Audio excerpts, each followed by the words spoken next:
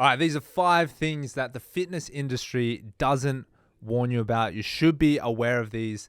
Now, obviously, it's a fantastic industry. We love it so much, but being in it for, a decade now, there's so many things that we see young people getting into it aren't aware of, and we just want to be here to warn you. So you can't say, well, I didn't know about this, I didn't see this coming, or worst case, you get ripped off, you lose some money, maybe your reputation gets hurt, which is always a bad thing. It's hard to repair your reputation once it's been tarnished. So we want to try and provide some wisdom, some insights here for you guys, just for you to think about. So maybe where you go, okay, I'm seeing this thing here, the boys said that on this video, I think it might be this thing, I'm probably going to steer clear, avoid it. So if we can provide value like that for you guys today, all we ask is you go down below, leave us a comment, hit the subscribe button, hit the like button.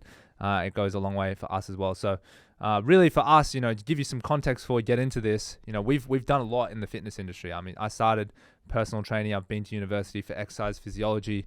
We both did CrossFit as CrossFit coaches for many years in multiple different gyms. I worked for 1, 2, 3 CrossFit gyms, including my own. You worked for probably the same, right? Yeah. 3 or 4 different CrossFit gyms. So we've been in other businesses. We've run our own CrossFit gyms. We packaged up, sold that. We run the top boutique fitness personal training studio in Australia at the moment as well. So we've been in many different parts of the industry, and obviously a lot of peers, a lot of network within the industry as well. So we come from quite a diverse, perspective. And obviously through this podcast and show, we've had access to many different thought leaders in the industry as well. So I feel like we are somewhat qualified to speak on this.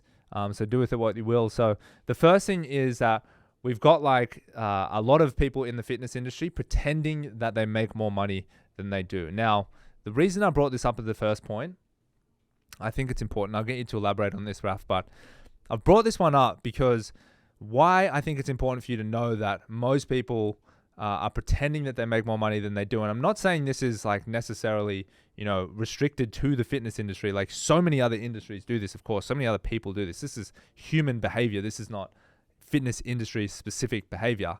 But particularly in the fitness industry, it's a very vain industry, right? There's a lot of it's a very showy. It's on social media. It's kind of everywhere, and because of that level of vanity, I think it brings it out more in other people. And the reason that you just have to be aware of it, I'm not saying whether it's wrong or right necessarily. People can do whatever they want, but it's important for you to be aware of it because it may make you think that you'll make more money in a particular career path than you actually will, and that can be dangerous, right? You can go, I'm investing heavily as a strength and conditioning coach in trying to be part of this sports team or whatever. I can't wait to be top and be really highly paid, high 6-figure salary and work for a team and fly all around the world.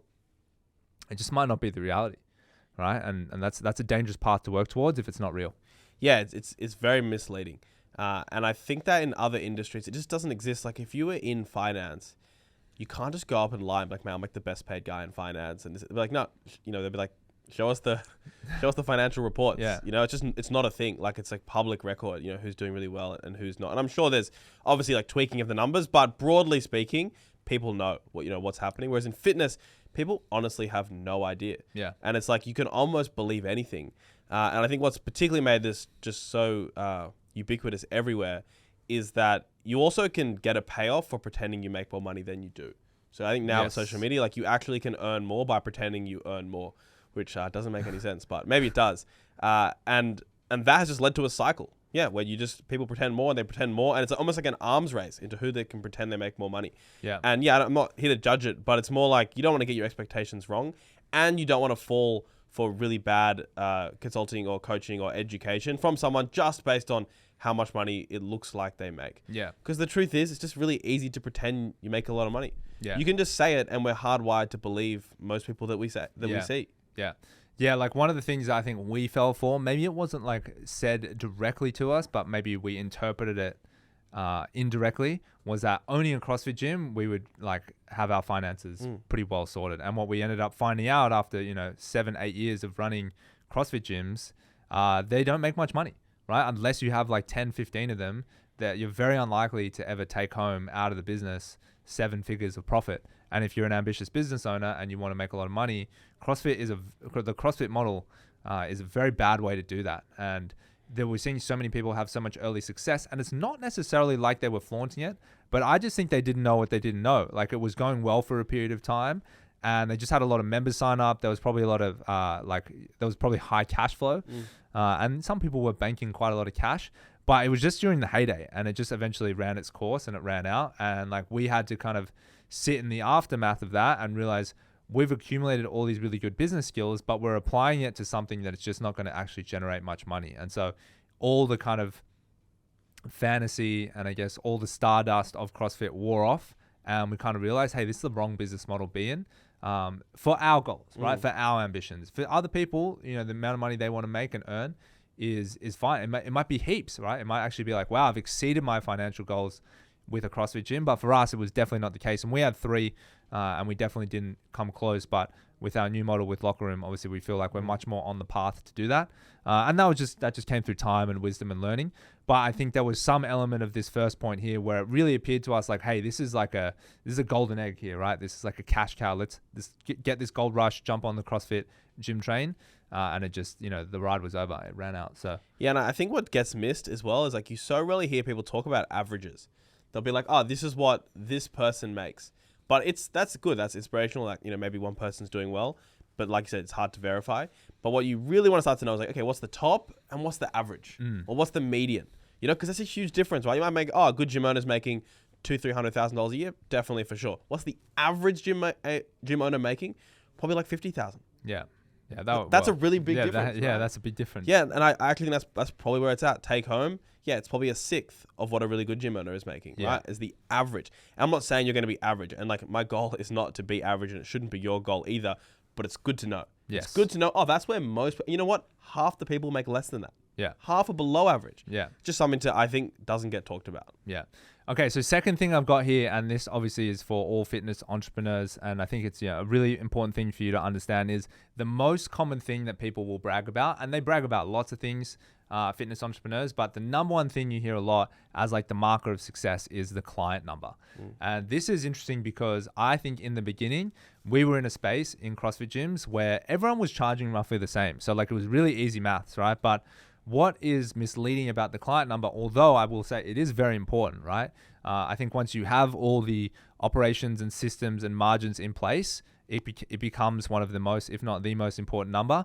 But with that caveat, most people don't have those things in place. So it's like, great, you're bragging about 250 clients, which may actually be true, but you don't have good margins, right? You don't charge enough, or your rent's too high, you pay your trainers too much, or this or that. And it actually means you make less money than someone that has 50 clients, right? So, at one point, at Locker Room, we're going to brag about having 40 clients, maybe in F45 gym, they laugh in our face. I got 7 times the clients of you. It's like, but we make, 95 to 100% more money per client than what you make. So it's not a competition from that perspective.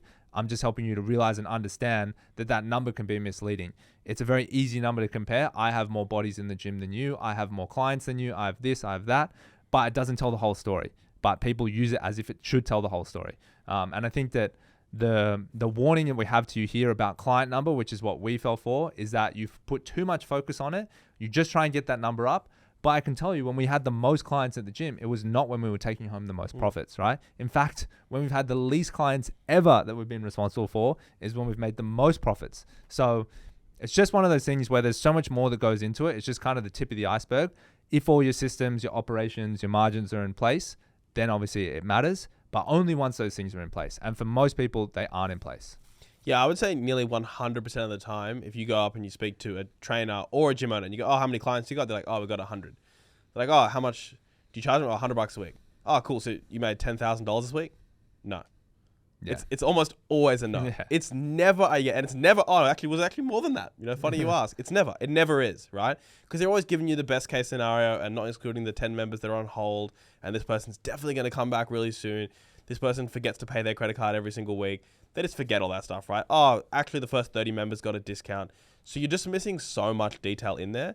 And exactly what Lockie said, right? Is tons of businesses go out of business all the time with loads of clients. Yeah. It's just not the only thing. It's a really simplified way to look at things. And I think that it's an easy one for people to boast about. Yeah, absolutely.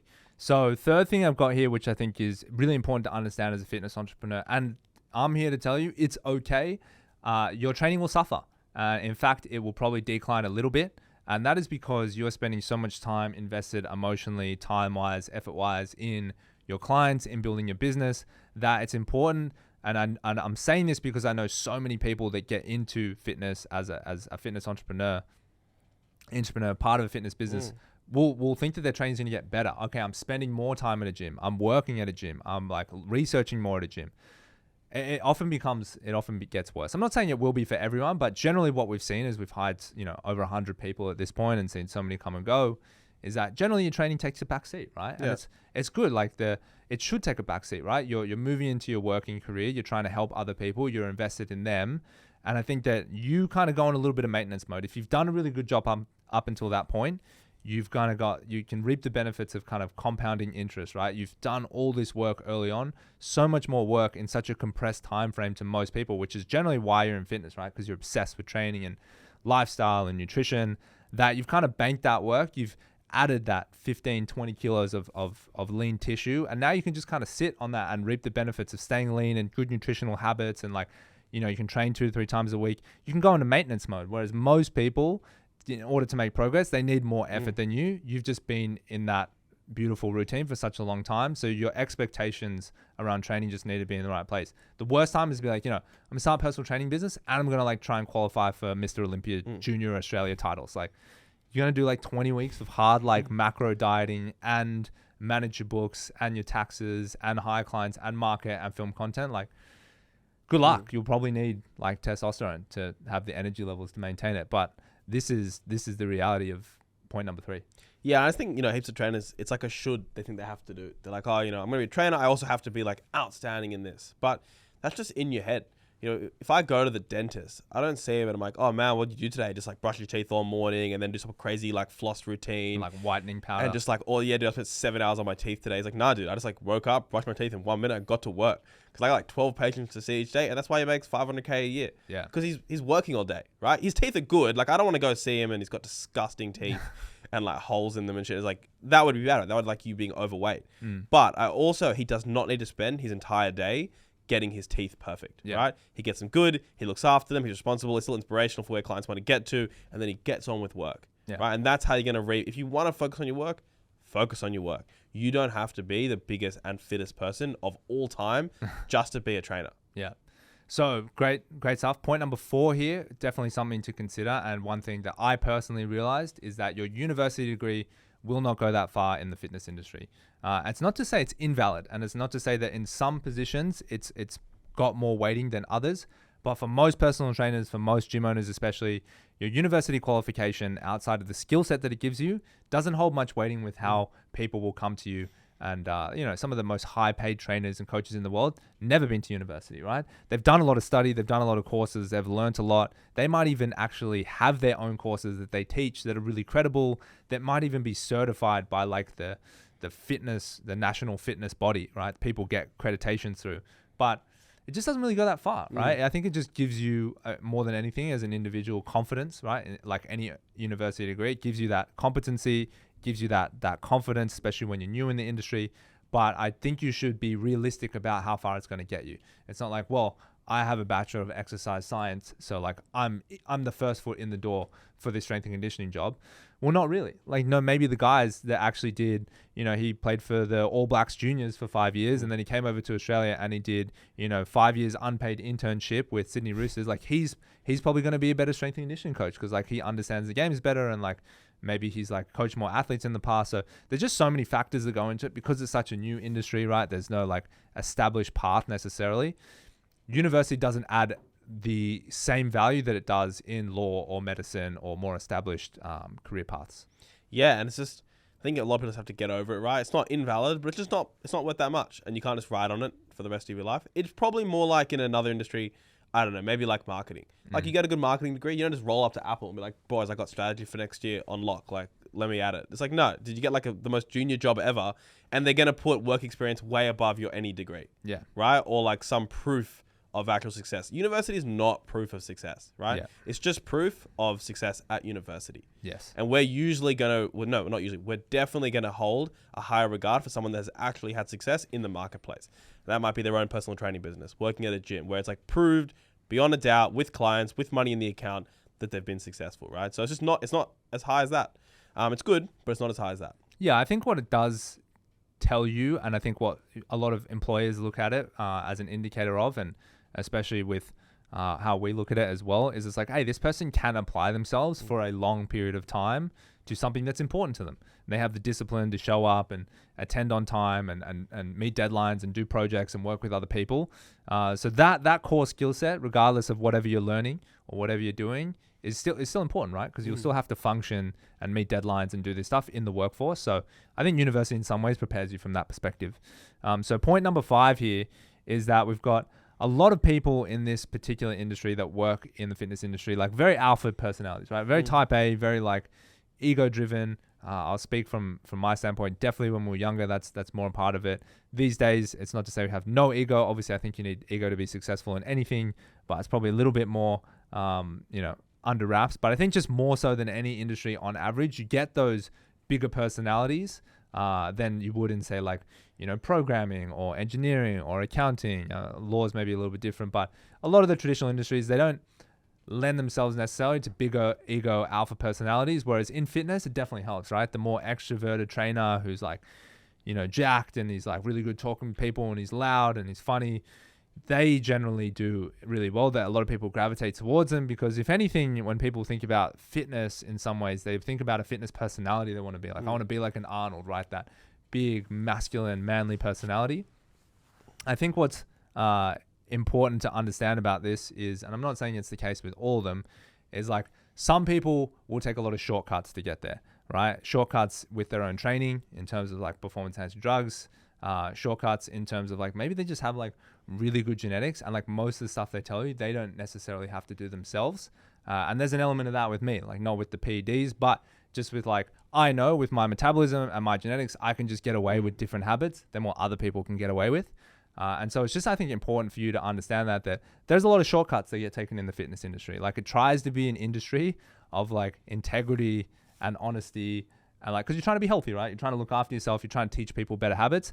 But I can just tell you, just in general, there's a lot of shortcuts that get taken, and a lot of shortcuts can get taken from a business perspective as well, right? From like you know what, maybe this person needs like this sort of training, but like, let me just give them this because it's easier for me and it's just going to like waste time. Then I'm really going to know the difference. I just can't be bothered to do like the proper assessment or like get this checked, or it's like, oh yeah, I'll give you a nutrition plan. Yeah, it's like individualized, but really it's just like some template they got off the internet. They didn't even look at it, right? So there's some shortcutting there. It's not always necessarily wrong. Like shortcuts can be efficiencies, but there's a lot of like, there's a lot of dishonesty in fitness, unfortunately.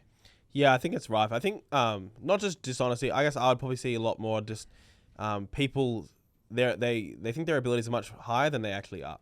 So I think there's a lot of trainers, that are level 7. They think they're level 11. And you see them handing out all the advice when someone else might run back. Man, I don't think you really know maybe the advice you're handing out there. Or they're the trainer on the floor. They look at the gym. They go, man, I could run this gym 10 times better. This gym. It's like, oh, do you really know you could do that? Because a lot of the times they get that job and they don't run it better. In fact, they run it far worse. Yeah. And yeah, there's a lot of in the fitness industry. So it's not something to be aware of. I would say something to be aware of. Most importantly, just in yourself. Right. Because you probably have a little bit of that because you're in the fitness industry, right? You like started with the insecurities, you've gotten over them, and now you think you can't show any weaknesses. But that'll hold you back in the business sense. Where when you started out in fitness, you get into business, you are a crazy beginner in business. You are on the 1 kilo pink dumbbells on day one when you enter the business realm. And I think just understanding that is going to make you more open-minded as you step into that career out of your own your own personal fitness career. Yeah, one of the most useful lines that'll help you progress in the industry is, I'm not sure, let me get back to you. That goes such a long way. It holds you accountable to going and researching what you don't know, and it lets people know, I'm always going to be honest with you. I'm never going to lie to you. I'm authentic. I come from a place of integrity. So use that one. That's really valuable to you. If anything besides that and more was valuable to you, and you think you'll use it, you think that you tell it to someone else, guys, we really appreciate your support. Go down in the comments, let us know anything you think we should maybe do in the future, videos that we missed, or just let us know what you thought of this video, and then hit the subscribe, hit the like button. As always, we'll see you in the next video. Take care.